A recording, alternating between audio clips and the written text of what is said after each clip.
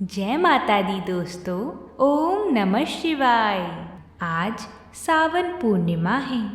आज के दिन भगवान शिव और माता पार्वती की पूजा की जाती है। आज हम आप सभी को सावन पूर्णिमा की व्रत कथा सुनाएंगे। यह कथा विशेष है, इसलिए आप सभी इस कथा का श्रवण बड़े ही श्रद्धा पूर्वक करिएगा। बोलिए भगवान शंकर की जय। द्वापर युग में एक समय की बात है। यशोदा मैया श्री कृष्ण भगवान से कहती हैं, हे कृष्ण, तुम सारी संसार की पालन करता, पोषक तथा उसके संहार करता हो। आज कोई ऐसी व्रत मुझे कहो जिसके करने से मृत्युलोक में स्त्रियों को विधवा होने का भय ना रहे तथा यह व्रत सभी मनुष्यों के लिए मनोकामनाएं पूर्ण करने वाली हो। श्री कृष्ण कहने लगे, हे माता, तुमने अति सुंदर प्रश्न किया है। मैं तुम्हें ऐसी ही व्रत की एक कथा कहता हूँ। सौभाग्य की प्राप्ति के लिए स्त्रियों को 32 पूर्णमासी का व्रत करना चाहिए। इस व्रत के करने से स्त्रियों को सौभाग्य संपत्ति मिलती है। यह व्रत अचल सौभाग्य देने वाला एवं भगवान विष्णु के प्रति मनुष्य मात्र की भक्ति को बढ़ाने वाला है। यशोदा जी कहने लगी, हे कृष्ण, सर्वप्रथम इस व्रत को मृत्युलोक में किसने किया था? इसके विषय में विस्तार पूर्वक मुझसे कहो। श्री कृष्ण जी कहने लगे कि इस भूमंडल पर एक अत्यंत प्रसिद्ध राजा चंद्रहास से पालित अनेक प्रकार के रत्नों से परिपूर्ण कार्तिका नाम की एक नगरी थी। वहाँ पर धनेश्वर नाम का एक ब्राह्मण रहता था और उसकी स्त्री अति सुशीला रूपवती थी। दोनों ही उस नगरी में बड़े प्रेम के साथ रहते थे। घर में धन धान्य आदि की कमी नहीं थी, परंतु उनको एक बड़ा दुख था कि उनकी कोई संतान नहीं थी। इस दुख से वह अत्यंत दुखी रहते थे। एक समय की बात है, एक बड़ा तपस्वी योगी उस नगरी में आया। वह योगी उस ब्राह्मण के घर को छोड़कर अन्य सब घरों से भिक्षा लाकर भोजन किया करता था। रूपवती से वह भिक्षा नहीं लिया करता था। उस योगी ने एक दिन रूपवती से भिक्षा ना लेकर किसी अन्य घर से भिक्षा लेकर गंगा किनारे जाकर मिली हुई भिक्षा को प्रेम पूर्वक खा रहा था कि तभी धनेश्वर ने योगी का यह सब कार्य किसी प्रकार से देख लिया। अपनी भिक्षा के अनादर से दुखी होकर धनेश्वर योगी से बोला, हे महात्मन, आप सब घरों से भिक्षा लेते हैं, परंतु मेरे घर की भिक्षा कभी नहीं लेते। इसका क्या कारण है? योगी ने कहा, हे राजन, निसंतान घर की भिक्षा पतितों के अन्न के तुल्य होता है, और जो पतितों का अन्न खाता है वह भी पतित हो जाता है।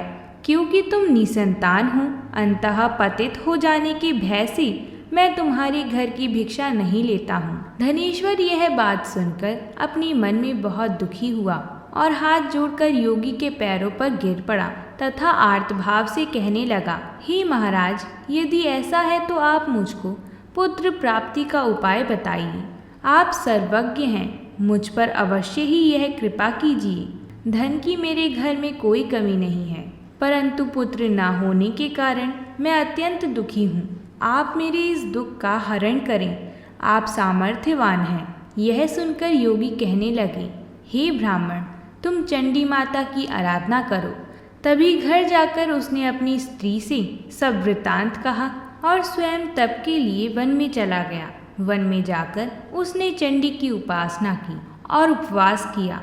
चंडी माता ने उसे 16वें दिन स्वप्न में दर्शन दिए और कहा, हे धनेश्वर, जा, तेरे पुत्र होगा, परंतु वह 16 वर्ष की आयु में ही मृत्यु को प्राप्त हो जाएगा। यदि तुम दोनों स्त्री पुरुष 32 पूर्णमासी का व्रत विधि पूर्वक करोगे तो वह दीर्घायु होगा। जितनी तुम्हारी सामर्थ्य हो, आटे के दिए बनाकर शिव जी का पूजन करना, परंतु पूर्णमासी को 32 हो जाने चाहिए। प्रातः काल होने पर इस स्थान के समीप ही तुम्हें एक आम का वृक्ष दिखाई देगा। उस पर तुम चढ़कर एक फल तोड़कर शीघ्र अपने घर चले जाना। तब शंकर भगवान की कृपा से ही उसको गर्भ हो जाएगा। जब वह ब्राह्मण प्रातःकाल उठा तो उसने उस स्थान के पास ही एक आम का वृक्ष देखा, जिस पर एक अत्यंत सुंदर आम का फल लगा हुआ था। उस ब्राह्मण ने उस आम के वृक्ष पर चढ़कर उस फल को तोड़ने का प्रयत्न किया, परंतु वृक्ष पर कई बार प्रयत्न करने पर भी वह ना चढ़ पाया। तब तो उस ब्राह्मण को बहुत चिंता हुई और उसने विघ्न विनाशक श्री गणेश जी की वंदना करी। हे दयानिधान, अपने भक्तों के विघ्नों का नाश करके उनके मंगल कार्य को करने वाली, दुष्टों का नाश करने वाली, रिद्धि सिद्धि को देने वाली, आप मुझ पर कृपा करके इतना बल दे दें कि मैं अपने मनोरथ को पूर्ण कर सकूं। इस प्रकार गणेश जी से प्रार्थना करने के बाद उनकी कृपा से धनेश्वर वृक्ष पर चढ़ गया और उसने एक अति सुंदर आम का फल देखा। उसने विचार किया कि जो वरदान से फल मिला था वह यह है और कोई फल दिखाई नहीं देता।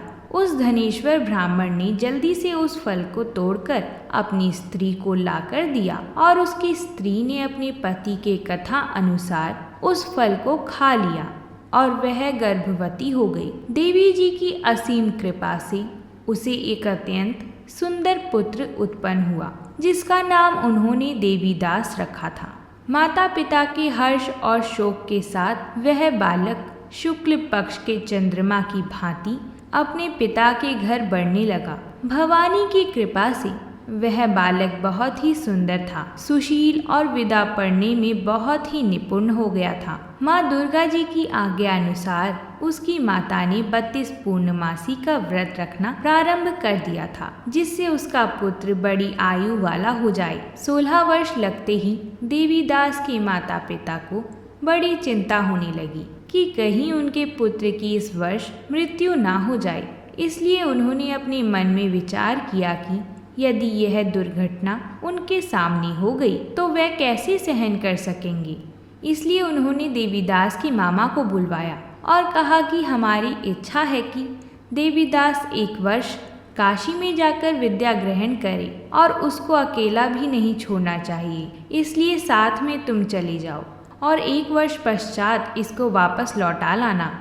सब प्रबंध करके उसके माता पिता ने काशी जाने के लिए देवीदास को एक घोड़े पर बैठाकर उसके मामा को उसके साथ विदा किया, किंतु यह बात उसके मामा या किसी और अन्य इंसान को नहीं पता थी। धनेश्वर ने अपने पुत्र की मंगल कामना के लिए तथा दीर्घ आयु के लिए भगवती दुर्गा की आराधना शुरू कर दी और पूर्णमासियों का व्रत करना आरंभ कर दिया। इस प्रकार बराबर 32 पूर्णमासी का व्रत पूरा किया गया।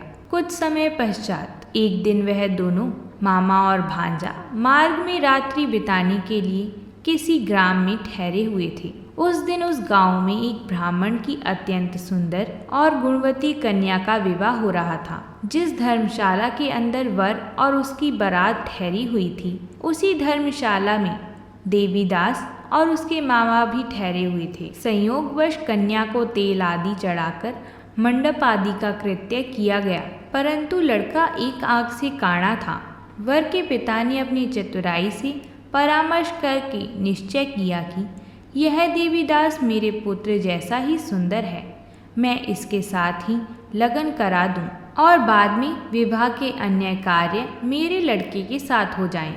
ऐसा सोचकर देवीदास के मामा से जाकर वह बोला, तुम थोड़ी देर के लिए अपने भांजे को हमें दे दो, जिससे विवाह के लगन का सब कृत्य सुचारू रूप से हो सके। तब उसका मामा कहने लगा कि जो भी वस्तुएं कन्यादान के समय वर को मिले वह सब हमें दे दिया जाएगा, तो मेरा भांजा इस बारात का दूल्हा बन जाएगा। यह बात वर के पिता ने स्वीकार कर ली और उसने अपने भांजे को वर बनाने को भेज दिया। देवीदास के साथ सब विवाह कार्य रात्रि विधि पूर्वक संपन्न हो गए, परंतु पत्नी के साथ वह भोजन ना कर सका और अपने मन में सोचने लगा कि ना जाने ये किसकी स्त्री होगी। वह एकांत में यह बात सोच रहा था कि तभी उसके आंखों में से आंसू आ गए।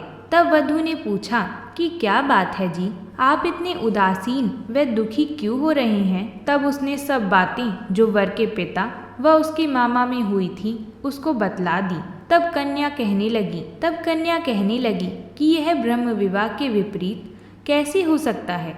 देव, ब्राह्मण और अग्नि के सामने मैंने आपको ही अपना पति बनाया है, इसलिए आप ही मेरे पति हैं। मैं आपकी ही पत्नी रहूंगी, किसी अन्य की कदापि नहीं। तब देवीदास ने कहा, ऐसा मत करिए, क्योंकि मेरी आयु बहुत थोड़ी है। मेरे पश्चात आपकी क्या गति होगी, इन बातों को अच्छी तरह विचार लो। परंतु वधू दृढ़ विचार वाली थी। वह बोली कि जो आपकी गति होगी वही मेरी गति होगी। हे स्वामी, आप उठिए और भोजन करिए, आप निश्चय ही भूखे होंगे। इसके बाद देवीदास और उसकी पत्नी दोनों ने भोजन किया तथा शेष रात्रि वह सोते रहे। प्रातः काल देवीदास ने अपनी पत्नी को 3 नागों से जड़ी हुई एक अंगूठी दी, एक रुमाल दिया और बोला, हे प्रिय, इसे लो और संकेत समझकर स्थिर चित हो जाओ। मेरा मरण और जीवन जानने के लिए एक पुष्प वाटिका बना लो,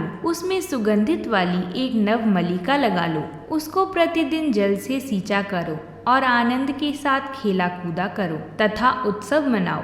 जिस समय और जिस दिन मेरा प्राणांत होगा, ये फूल सूख जाएगा और जब ये फिर हरे हो जाएंगे तो जान लेना कि मैं जीवित हूँ। यह बात निश्चय करके समझ लेना, इसमें कोई संशय नहीं है। यह समझाकर वह चला गया। प्रातः काल होते ही वहाँ गाजे बाजे बजने लगे और जिस समय विवाह के कार्य समाप्त करने के लिए वर तथा सब बाराती मंडप में आए तो कन्या ने वर को भली प्रकार से देखकर अपने पिता से कहा कि यह मेरा पति नहीं है। मेरा पति वही है जिसके साथ रात्रि में मेरा पाणी ग्रहण हुआ था। इसके साथ मेरा विवाह नहीं हुआ है। यदि यह वही है तो बताएं कि मैंने इसको क्या दिया। मधुपर्क और कन्यादान के समय जो मैंने आभूषण आदि दिए थे उन्हें दिखाएं तथा रात में मैंने क्या गुप्त बातें करी वह सब सुनाए। पिता ने उसके कथा अनुसार वर को बुलवाया।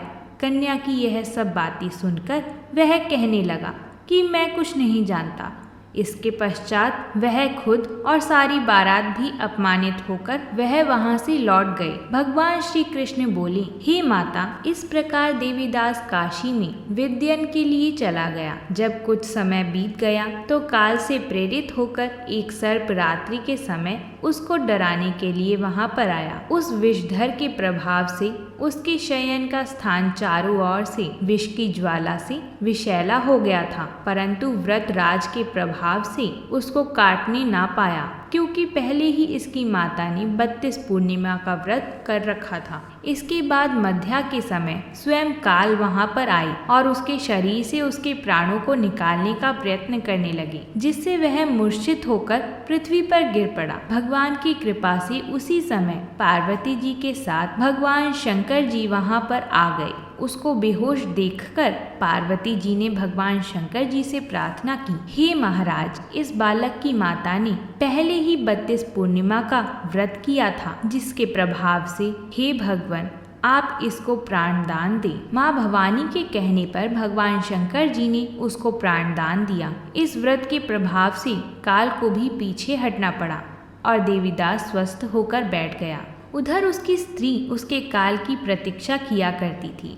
जब उसने देखा कि पुष्प वाटिका में पत्र पुष्प कुछ भी नहीं रहे तो उसको अत्यंत आश्चर्य हुआ और जब वह वैसे ही हरे भरे हो गए तो वह जान गई कि वह जीवित हो गए हैं। यह सब देखकर वह बहुत प्रसन्न हुई और अपने पिता से कहने लगी कि पिताजी, मेरे पति जीवित हैं, आप उनको ढूंढिए। जब 16 वर्ष व्यतीत हो गए तो देवीदास भी अपने मामा के साथ काशी से चल दिया। इधर उसके ससुर उसे ढूंढ रहे थे। वह अपने घर से जाने वाले ही थे कि वह दोनों मामा भांजा वहां पर आ गए। उसको आया देखकर उसका ससुर बड़ी प्रसन्नता के साथ अपने घर में ले गया उस समय नगर के निवासी भी वहां इकट्ठे हो गए और सबने निश्चय किया कि अवश्य ही इसी बालक के साथ इस कन्या का विवाह हुआ था। उस बालक ने जब कन्या को देखा तो उसने पहचान लिया, यह तो वही है जो संकेत करके गए थे। उसके पश्चात सभी कहने लगे कि भला हुआ जो यह आ गए। सब नगरवासियों ने आनंद मनाया। कुछ दिन बाद देवीदास अपनी पत्नी और मामा के साथ अपने ससुर के घर से बहुत सा उपहार आदि लेकर अपने घर के लिए प्रस्थान किया। जब वह अपने गांव के निकट आ गया तो कई लोगों ने उसको देखकर उसके माता पिता को पहले ही जाकर खबर दे दी, तुम्हारा पुत्र देवीदास अपनी पत्नी और मामा के साथ आ रहा है। ऐसा समाचार सुनकर पहले तो उन्हें विश्वास नहीं हुआ, किंतु जब और लोगों ने उनकी बातों को समर्थन किया तो उनको बड़ा आश्चर्य हुआ। लेकिन थोड़ी देर में देवीदास ने आकर अपने माता पिता के चरणों में अपना सिर रखकर प्रणाम किया और उसकी पत्नी ने अपने सास ससुर के चरणों को स्पर्श किया तो माता पिता ने अपने पुत्र और पुत्रवधू को अपने हृदय से लगाया। यह सब देखकर दोनों पति पत्नी के आंखों से आंसू आने लगे। अपने पुत्र और पुत्रवधू के आने की खुशी में धनेश्वर ने बड़ा भारी उत्सव किया और ब्राह्मणों को भी बहुत सी दान दक्षिणा देकर प्रसन्न किया। श्री कृष्ण जी कहने लगे कि इस प्रकार धनेश्वर 32 पूर्णिमा के व्रत के प्रभाव से पुत्रवान हो गया। जो भी स्त्री इस व्रत को करती है वह जन्म जन्मांतर में दुख नहीं भोगती और सदैव सौभाग्यवती रहती है। यह व्रत पुत्र पौत्रों को देने वाला तथा संपूर्ण मनोकामनाओं को पूर्ण करने वाला है। 32 पूर्णिमाओं के व्रत करने से व्रती की सब इच्छाएं भगवान शिव जी की कृपा से पूर्ण हो जाती हैं। बोलिए भगवान शंकर की जय, बोलिए माता पार्वती की जय। हम उम्मीद करते हैं कि आप सभी को ये कथा पसंद आई होगी। अगर आप सभी को हमारी और कथाएं भी सुननी हैं तो हमारी चैनल को सब्सक्राइब ज़रूर कर लें, जिससे आप सभी को हमारी चैनल पर आई हुई सारी कथाएं समय अनुसार मिल जाएंगी। तो अब हम आपसे कल मिलते हैं एक नई कथा के साथ। तब तक के लिए प्रेम से बोलिए जय माता दी।